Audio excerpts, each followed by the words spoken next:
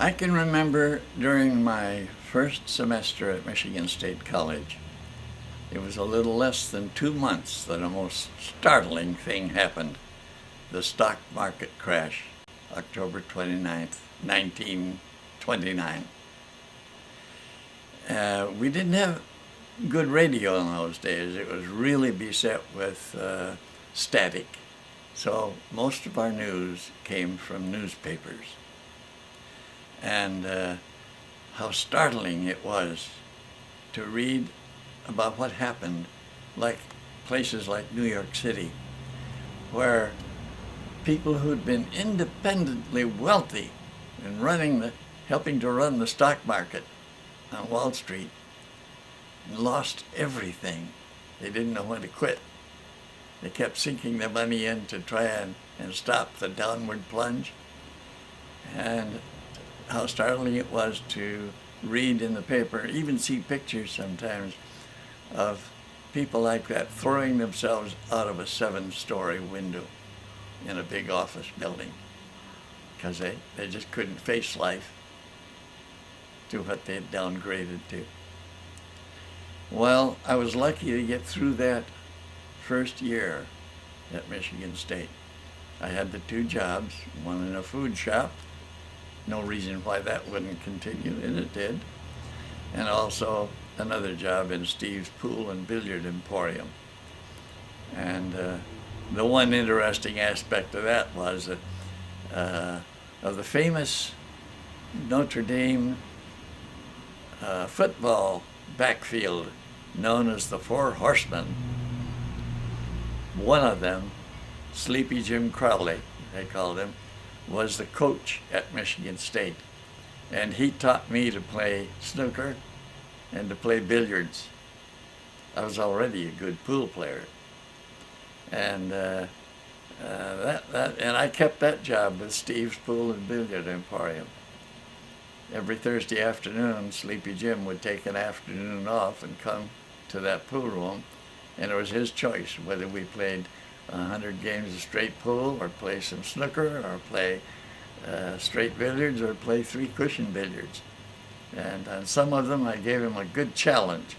And the more I played, the better I got at snooker. Well, I went through that year, tried to get the jobs, any jobs, back again to resume education the next year. It just couldn't happen. I joined a magazine selling crew. They used to recruit, talking about a crew and recruiting, I remember I took ROTC rather than physical education during that first year at Michigan State. And as a member of the ROTC, I was permitted to try out for the rifle team, and I made it, and I earned my letter. And I was awarded the school colors sweater, a green with white letters across it, class of 1933. If I did the 4 years, that's the year I would have graduated. And when I did my best to make a living for a while as part of a magazine selling crew, couldn't make it. Back on the campus, I had been recruited wearing my white flannel trousers and my Michigan State sweater, 1933. I was one of those recruited and taken down to Detroit, and we earned, I think it was $20 round trip, riding back in a bootlegging car. Either the entire trunk would have been built into a tank, or sometimes it didn't have an engine and it was towed by a tow truck. Good camouflage. And they would have it could have 2 tanks, one in the trunk and one in the engine compartment. There was no engine.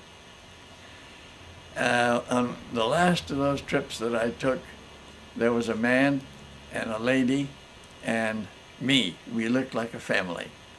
That's what they wanted. I looked like a college boy. What would I be doing bootlegging? And all of a sudden he stopped his conversation. He kept his eye on the rearview mirror. And all of a sudden he said something like, "Hang on." And he did a fast turn. He did a whole bunch of maneuvers off the road.